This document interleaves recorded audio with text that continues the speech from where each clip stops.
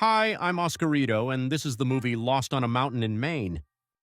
A 13-year-old boy got separated from his group and became lost in the mountain forests. For 9 days, he faced extreme weather conditions, hunger, and fear, relying on his ingenuity and faith to survive and navigate the treacherous terrain.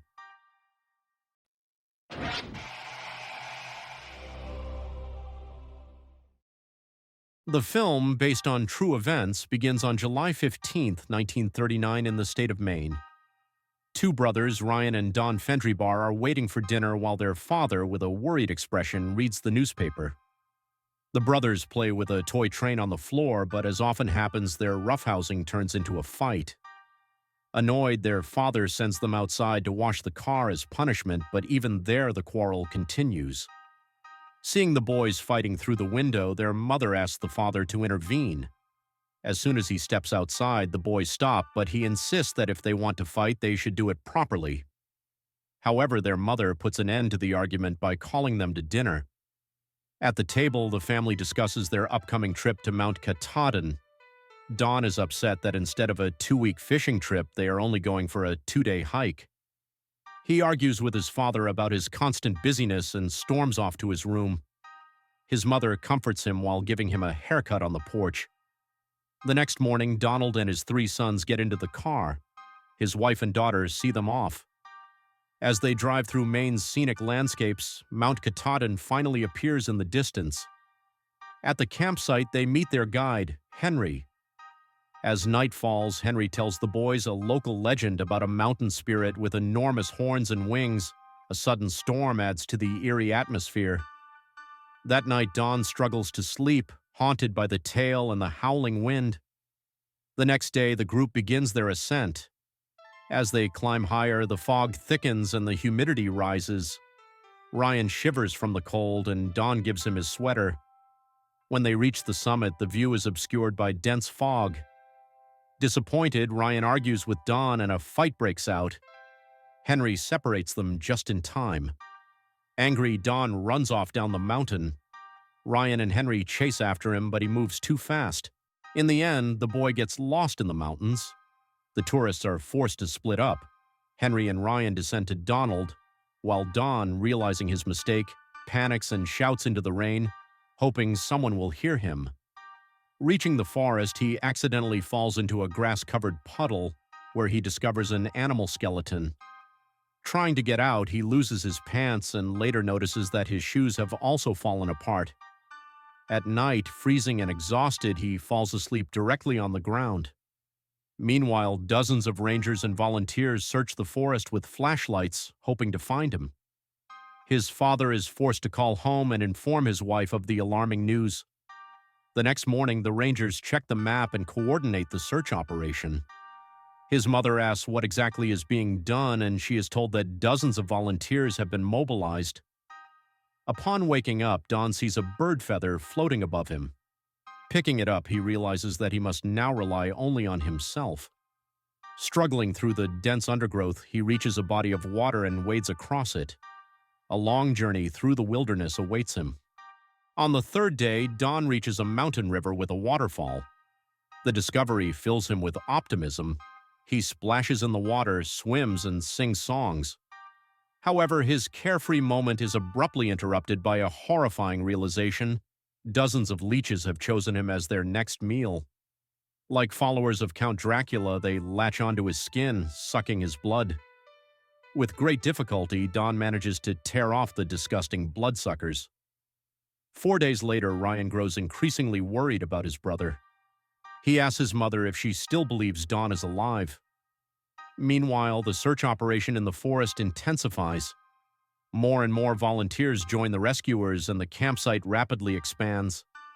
A field kitchen and a mobile medical station are set up. However, despite all efforts, the search yields no results. Don remains missing. Journalists hungry for a sensation arrive at the scene, forcing the head of the rescue team to divert attention to press conferences. While the newspapers feed the public with dramatic updates, the boy at the center of it all continues to wander alone in the vast wilderness. Understanding that he can do nothing more on site, Don's father decides to return home to support his wife during this difficult time. On the fifth day, while wandering through the forest, Don stumbles upon a cave. Filled with hope, he rushes toward it, expecting to find people inside. However, the cave has been abandoned for a very long time. Still, remnants of its former inhabitants remain. Digging through an old chest, Don finds a pile of useless junk, among which is a fork with bent tines. After that, Don, recalling his Boy Scout skills, tries to catch fish with his bare hands in the fast-moving current. However, this attempt ends in complete failure. Remembering what sets humans apart from animals, the ability to use tools, he decides to try a different approach. He attempts to spear the fish with a makeshift spear or stun it with a rock. Yet these efforts also prove fruitless. While recovering from his unsuccessful fishing attempt, Don suddenly comes up with a brilliant idea, using his t-shirt as a net. This clever trick allows him to outsmart the unsuspecting fish and finally catch at least one. Trying to strike a spark from a horseshoe, he fails once again. With no other option, he is forced to eat the fish raw. He tears it apart with his hands, trying not to think about the taste. As he eats, memories of home flood his mind. A cozy kitchen, the whole family gathered for dinner, where food never required such exhausting effort. He becomes so lost in his thoughts that even the last ray of sunlight piercing through the tree canopy fails to bring him back to reality. The sixth day arrives. Waking up in the forest, still lost, Don continues his journey into the unknown. He stops by mountain streams to drink water, all the while replaying in his mind the fateful day he ran away from Henry and Ryan. Another day passes this way. On the seventh day, Ruth helps the volunteers in the camp prepare food for those searching for the missing boy. Meanwhile, the rescuers discover a narrow crevice in the rock from which a strong smell of decay emerges. However, it is too small for any adult to squeeze through, even the slender Henry. That's when Ryan volunteers to check inside. Crawling into the crevice, he stumbles upon remains, but thankfully not his brother's. Instead, it is a dead raccoon. Later, while sitting on the porch, the boy confesses to his father that he blames himself for his brother's disappearance. He says that if they hadn't argued that day, Don wouldn't have run away. Donald reassures his son, telling him that the blame doesn't rest solely on him, and promises to find his lost brother. The eighth day arrives. While rescuers continue their search, the lost boy wakes up to the sound of an airplane flying overhead.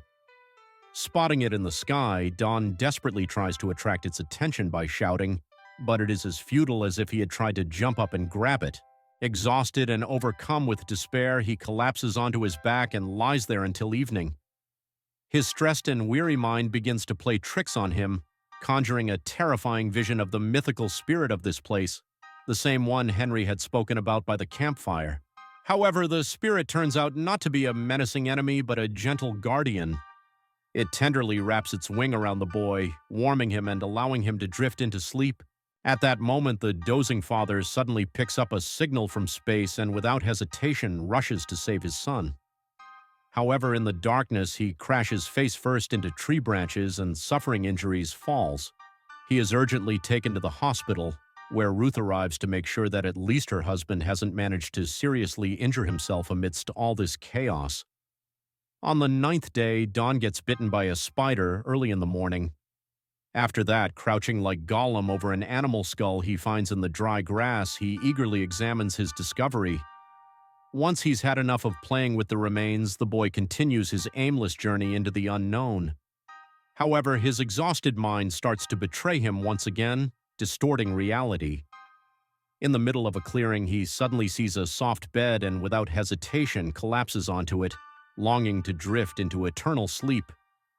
In a half-conscious state, faces of his loved ones, his brothers, sister, and mother, float before his eyes. Suddenly, he sees a vision of his father calling out to him.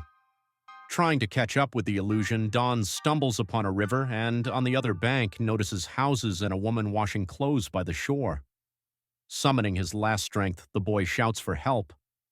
At the hospital, Ruth rushes into her husband's room, and from the joyful expression on her face, Donald immediately understands everything. Soon after, Don, clothed and weak, is taken down the river in a kayak toward his overjoyed mother. They meet in the middle of the water, embracing each other tightly, unable to hold back their emotions. Afterward, Don is brought to the hospital, where medical staff, ever-present reporters hungry for a sensation, and his family, ready to crush him in relieved hugs, are already waiting for him. Ryan returns the sweater he had given his brother on that fateful day. The last thing Don sees in the hospital room is his father, sitting on a bed with a bandage on his face. The man embraces his son and whispers that he loves him. Hearing these words, tears well up in Don's eyes. Archival footage of the real Don Endler's rescue, along with excerpts from interviews with the real-life people behind the story, and a historical overview conclude the tale. Don returned to that same mountain in 1976 to conquer his fear. He passed away in 2016 at the age of 90,